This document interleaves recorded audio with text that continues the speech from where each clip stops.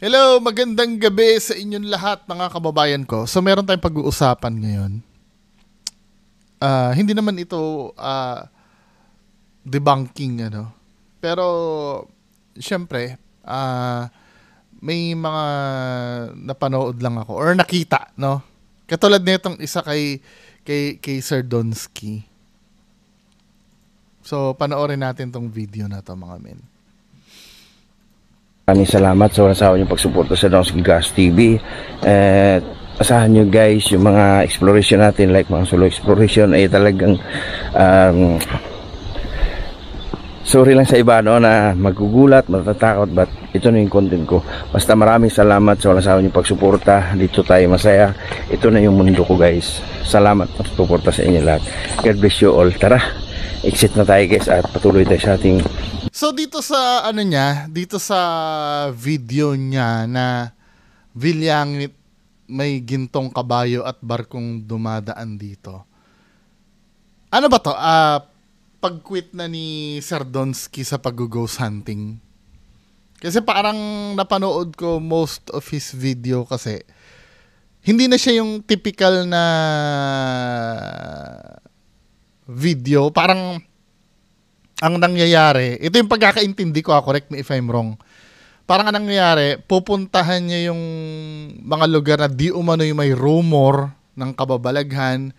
Then pupunta siya doon para i-verify niya yung ano. Maganda yon. In theory, no. Maganda yung content na yon. 'Di ba? Ngayon pagpunta niya doon at wala namang nakita, di okay lang. 'Di ba? Katulad nito, no. Tingnan nga natin yung intro nito. Mag-i-intro pa ba siya dito? Maganda itong ginagawa ni Donsky. Ito magiging fair naman ako doon sa reaction video. Although na yung iba natatawa ano kasi sa thumbnail nito may gintong kabayo o ano. Pero pakinggan natin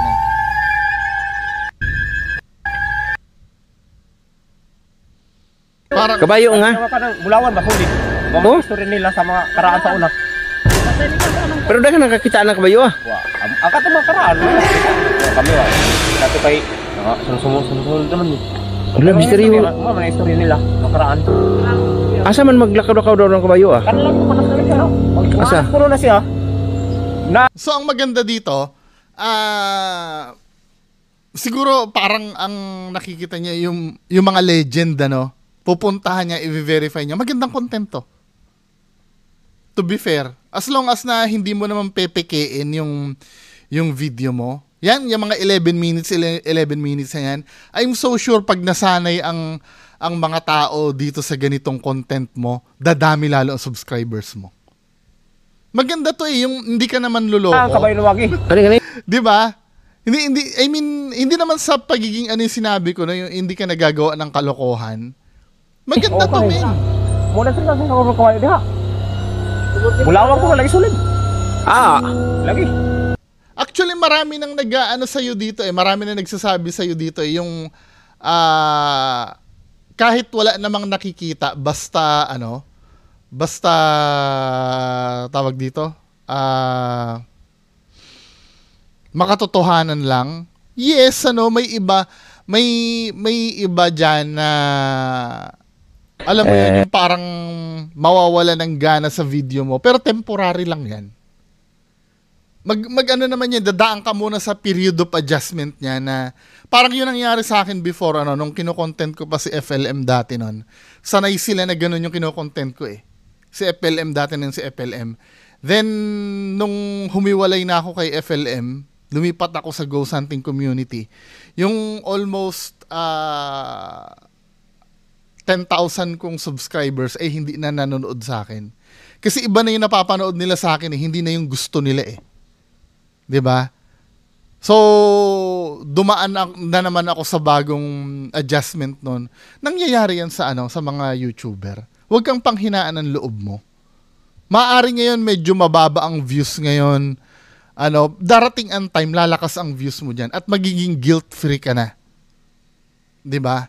Lalo ka mamahalin ng mga tao diyan. I'm so sure yung mga sumuporta sa iyo dati, unti-unti naman magbabalikan yan Kasi ganito ang nangyari noon, 'di ba? Namimeke kayo ng video. pinaniwalaan kayo ng mga tao dun sa video na ginagawa nyo, then suddenly, malalaman nilang fake, mawawalan talaga ng gana yun, men. Pero kapag makikita ng tao na ganito ang ginagawa mo, na nagsisikap ka na dito eh. Di ba? Actually, yes, kung ikukumpara doon sa mga dating video mo, yung standard ang pinag-uusapan natin yung standard, hindi yung quality, 'di ba? Yung standard ng video mo kumpara doon sa dati. Boring 'to. Yes, boring 'to, pero as time goes by, ma-appreciate na ng tao tong ginawa mo dito eh. Kasi ako kung ako manonood, interesting eh. Yung parang ang nangyayari, dinadala mo kami dun sa mga lugar na hindi pa namin napupuntahan. Di ba, men? Ito dinadala ka na ng Diyos sa tamang daan. Ipagpatuloy mo na yan.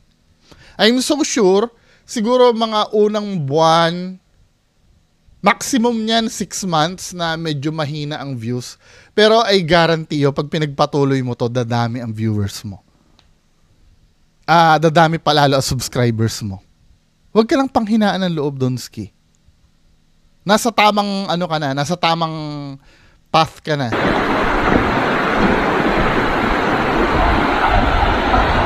Ang tuktok dito guys, tuktok.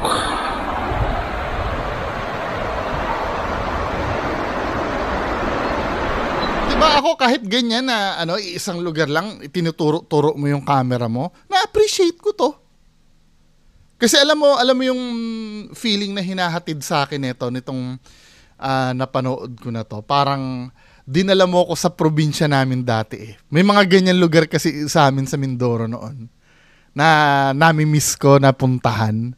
Yung mga ganyan na lugar.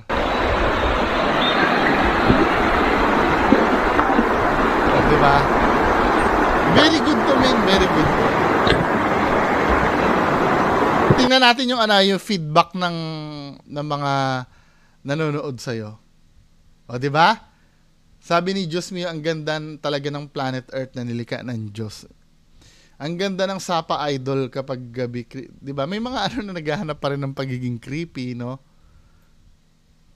Di ba? Mas maganda na ang nagagandahan sila doon sa video mo na parang inaano mo kami, pinapasyal mo kami eh. 'Di ba? Makikita ng tao na na-appreciate nila yung ginagawa mo dito, men. Ngayon, meron kang content na isa eh, yung pera-pera. Yung magtatago ka ng pera para hanapin. Okay din naman yun, pero mas maganda yung ganito. Style naman ni Donski yun. Binlock mo ko nun, shinare ko eh. Hindi, siguro gimmick niya lang yun, yung magtatago siya ng pera para puntahan ng mga subscribers. Diba? Kahit natin yung ganda ng view sa ilog na to. Sarap maligo, ang lamig. Lamig ng tubig.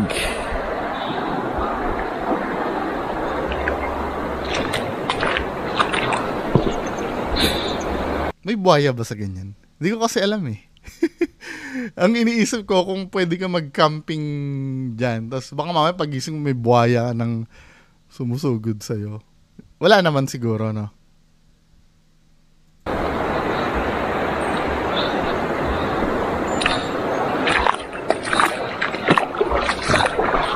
Maganda to, yung maririnig namin yung Tsaka isa pa, maganda naman yung camera mo, men eh. Na lang, medyo pag-aralan mo, baka may kilala ka na magaling sa camera. Pag-aralan mo na lang kung paano magiging sharp yung image na kinukunan mo. Ako nag-aaral din yan eh. Kabibili ko lang nung action camera eh. Pinag-aaralan ko pa kung paano yung timpla-timpla ng mga Nanonood ako ng mga online course sa yung mga, hindi ko alam yung mga ISO, yung mga white balance. Para maging sharp yung kuha ng camera. 'Di ba? Ang ganda nito. Nitong...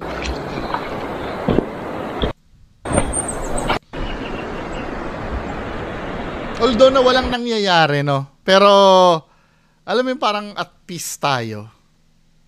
Tapos, ito, ano ba yung sasabihin mo dito? Sa ating mga paglilibot guys, isa to sa napuntahan natin na ka-attract sa ating nagtanong ako kanina kung ito ba ay landslide, no? Ang sabi doon sa tinanungan natin doon sa may highway, hindi daw to landslide. At nagkwento-kwento siya about dito. Meron daw ditong nung araw nagbaha daw to. Tapos meron siya kwento sa aking mga kababalagan, pero hindi ko na lang sasabihin guys. Napakaganda ng napakaganda ng... Hindi, okay lang naman yan. As long as natotoo na may nagkwento talaga sa'yo. Pero medyo nakikita ko dito, medyo parang nahihirapan pa siyang mag-adjust. Pero that's normal. Na hindi niya muna mai-attach yung sarili niya sa kababalagan. Pero pwede mong i-capitalize yun eh. Since may background ka doon, hindi naman masama yun. Kung totoo naman talagang may naririnig na legend dyan sa lugar na yan, ikwento mo. Diba? Yung katulad na halimbawa, alam nyo ba ang kwento dito sa lugar na to, ito daw yung bundok na pinaghiwalay ni Bernardo Carpio nung araw. Yung mga ganong banat ba? Hindi naman pagsisinungaling. Kung totoo naman talaga narinig mo yung istorya na yon, wala namang masama doon. Diba? Then halimbawa, totoong narinig mo na may tikbalang dyan. May pinipresent ka namang video eh. Ay, tikbalang yung gintong kabayo, diba? Hindi naman masama yun eh. May na-interview ka naman eh. Di ba? May na-interview ka naman eh. Wala namang masama doon. Ngayon, nandiyan ka para i-verify. Ngayon, kung wala makita, di wala. Oh, guys, ano pala? Wala naman pala tayo nakita eh. Pero, di ba, ang ganda ng lugar, no? Di ba? Kayang-kaya mo na ma-personality ka naman eh. Nahulma na yung personality mo sa sa pagva-vlog eh. Kayang-kaya mo na yan, men. Nature. Di ba? Porgi tayo sa katakutan muna. Meron itong nilagay square. Circle yan, men eh. Square ba yan? Anyway, minor na lang yan. Hindi kayo ba? Square ba to? Square ba yan? Or oval? Or circle? Anyway, minor na lang yun. Hindi na yun. Ayan. Ay ko na lang ng kwento, yung kwento sa atin. Na-appreciate ko na tinatry niya magbago. Susuportahan kita dito, men. 100% ang support ko sa'yo dito. Sa ginagawa mo na to. Maganda tong ginagawa mo na to. O ano kung walang makita? 'Di ba? Pero nare-realize mo ba kung paano mo kami pinasyal sa magandang lugar? 'Di ba, men? Yan ang isa sa mga priceless na ibibigay mo sa amin. Worthy ka ng padalhan ng mga sponsor mo ng pera para makapunta ka pa sa ibang lugar na ganyang kaganda. 'Di ba? Hindi yung papadalhan ka ng pera para gumawa ka ng peking content. Iwanan na natin yun, men. Susuportahan kita dito. Kahit nasabihin mo na walang silbi yung magiging suporta ko dahil maliit lang ang channel ko, pipilitin ko na suportahan ka pa rin. Basta ganito yung ginagawa mo. Ang ganda ng view. Ganda naman talaga.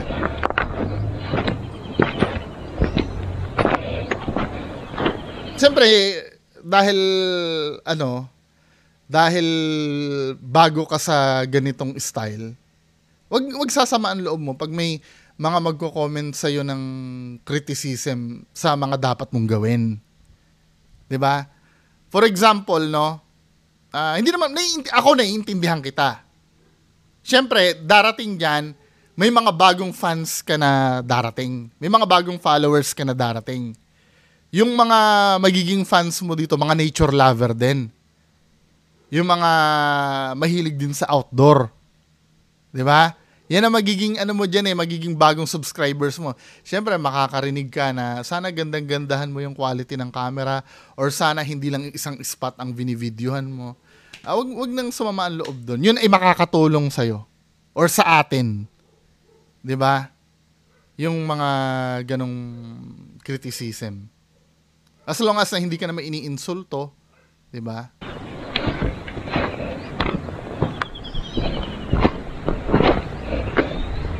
So ito rin na napapansin ko kay Kuya Red eh. 'Di ba? Pagdating sa mga ganitong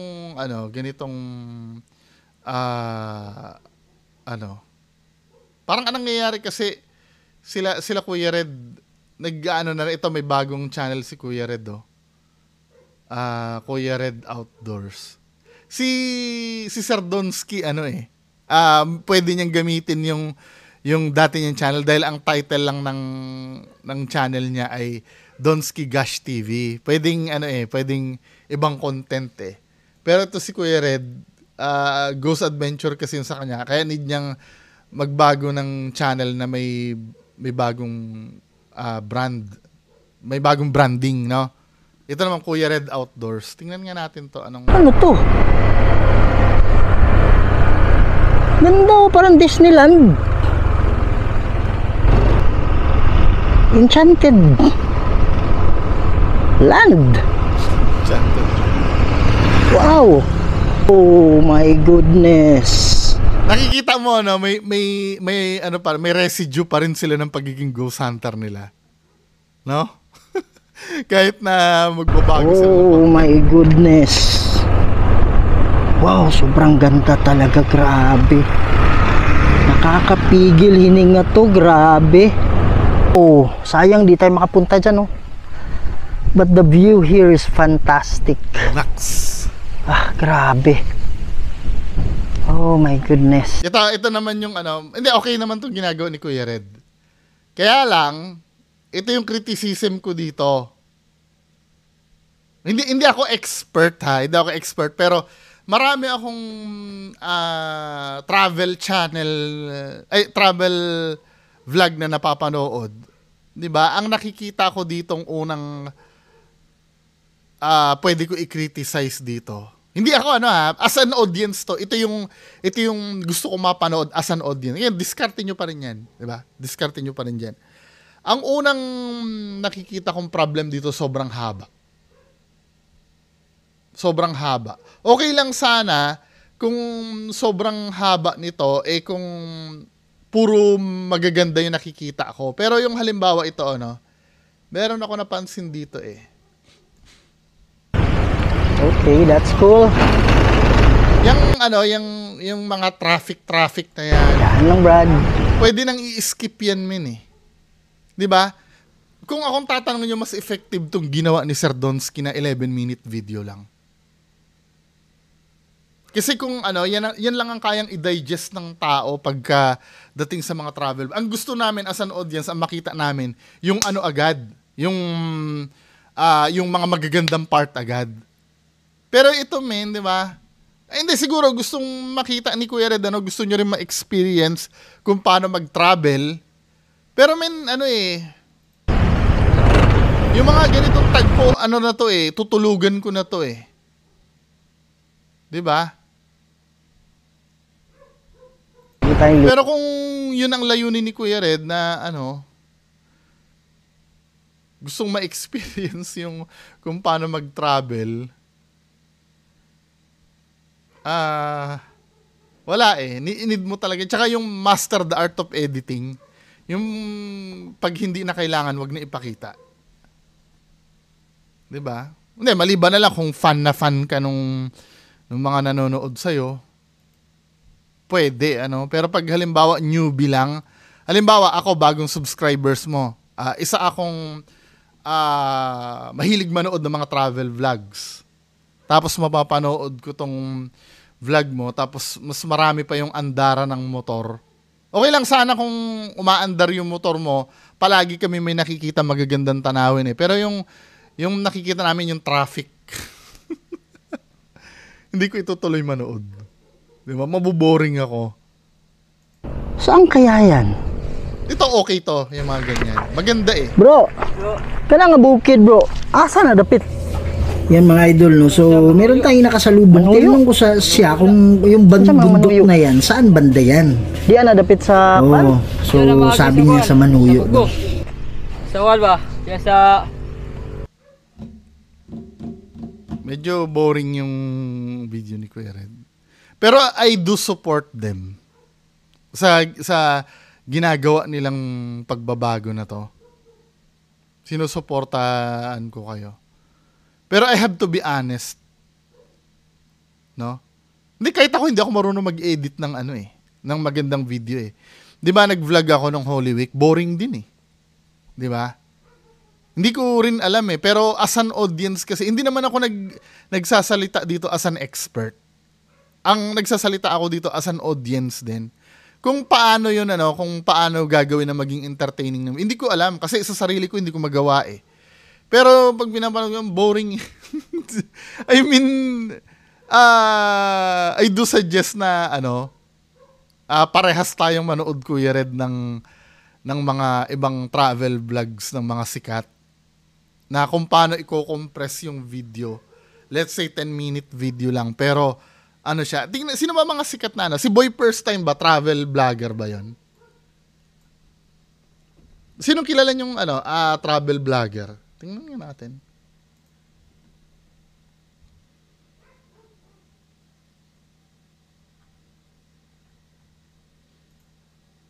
Kasi yung ginagawa nito ni Boy First Time, kaya maraming viewers, ang ganda ng cinematic niya eh. Hindi 20 minutes din ang video niya, pero maraming viewers. Nasa editing din kasi talaga. Katulad nito, 31 minutes. Ay hindi, medyo mababa din yung views ng iba. Mababa kasi versus sa 327k subscribers. Sinong kilala niya? Si Hungry Syrian Wanderer. Tingnan nga natin. Hungry Syrian Wanderer. Dati travel vlogger to eh. 5 million subscribers. Tingnan nga natin old video ni Basel.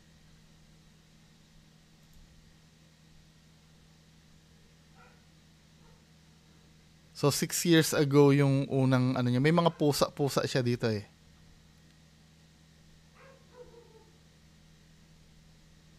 Ayun average ng time ng video ni Basel kasi maiikli lang talaga eh.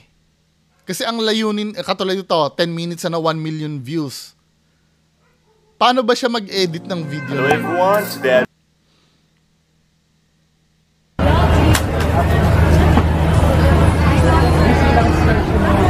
Alam mo yan, direct to the point.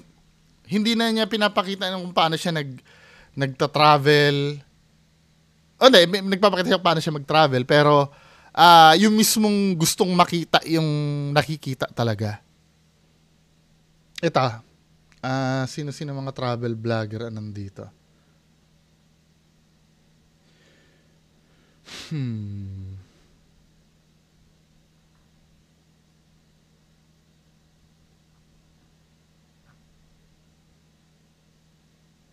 Yung mataas ang views na travel vlogger. Yung Pinoy. Sino bang Pinoy? Ito si Seth TV. Grabe. Parang nahihilo ako. Atras ka na? Ito naman, ang maganda dito sa ginawa ni Seth TV. Kung maikukumpara ko dun sa ginagawa, medyo close ito sa ginagawa ni Donsky eh. Si Kuya Red kasi, yung vlog niya kanina, hindi ko naman kinumpletong panoorin, pero most of the time, yung ang ginagawa lang ni Kuya, yung turo lang ng turo. Ito kasi, on the spot nilang ginagawa yung dapat nilang gawin. Dito, kung malimbawang gusto mong magpahinga, ay kailangan mong upo para hindi ka ma-out of balance. So, dun kasi mayroon tayong nahawakan o nasasandalan na guardrails. Dito, wala na. Dagdag hamon pa, kasi may mga ganitong lupa. Nasa editing talaga, Hindi siya boring kasi eh. Lahat ng nangyayari, talaga worthy na panoorin. Yan mga drone shot na ganyan. Diba? Tingnan nyo naman yung view. Ilang metro pa lang yung... Mag-travel vlog kaya ako.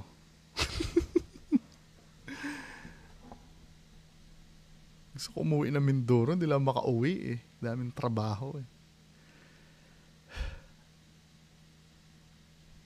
Anyway, mga kababayan ko, I hope you get my point, no?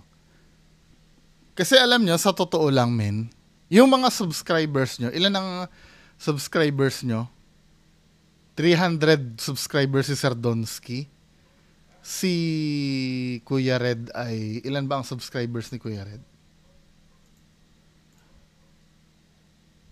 Aha.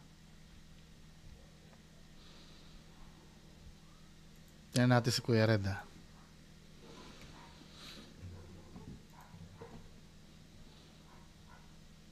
$374. Actually, yung mga subscribers na yan, sa ganyang kalaking subscribers, dapat sa inyo nakakarating na kayo na ibang bansa niyan eh. Sa totoo lang. I don't know kung bakit mas pinili yung gumawa ng peke na ganito. Hindi, let's be frank. 'Di ba? Peke naman talaga yung ginagawa niyo, men eh. Pero nandun yung panghihinayang kasi na yung reach nyo lumawak eh. Hindi kayo nag-improve. Mas ginusto nyo manloko ng tao. Katulad nito, just imagine, no? Ito yung nakakahinayang dito, 374,000 subscribers ka, Kuya Red. Pero yung mga video mo, 3 months ago, 7.1K, 8.7K, ito nga eh, 4.9K eh. Meron naman 5,000 lang ang nanood sa'yo out of 370 plus subscribers. Parang inabando na ka ng 350 subscribers, men. At kapag ka tumaas pa yung views mo, let's say tumaas ang views mo, no? Ano ba yung nakikita kong mataas ang views dito? O let's say naka 50,000 ka. Ito 50,000. Alam mo ang dahilan kung bakit pinapanood ka ng tao? Hindi dahil nakakatakot yung ginawa mo eh. Ang dahilan yan, papanoorin ka kung paano mo na naman ginawa yung kabulshitan yung content mo. Yun ang sa ayaw mo sa hindi, yun ang nagiging reason kung bakit ka pinapanood. Para pagtawanan ka. Basta matututunan naman lahat yan. Sama-sama tayong matuto sa paggaganyan. Ang importante, ang kagandahan lang kila Kuya Red at Donsky, may follower na sila eh. Pwede na nilang i-capitalize. Kung ako kay Kuya Red, ang diskarte, gamitin mo yung 400 ba subscribers ni Kuya Red? Yung 400,000 mo, doon ka mag-vlog ng travel. Kasi kung gagawa ka ng bagong channel, mag-i-start ka from scratch nun eh. Hindi katulad ni Donsky, ginagamit niya na agad yung army niya. Diba? Anyway, mga kababayan ko, yun lang naman, Maraming salamat po. Bye-bye.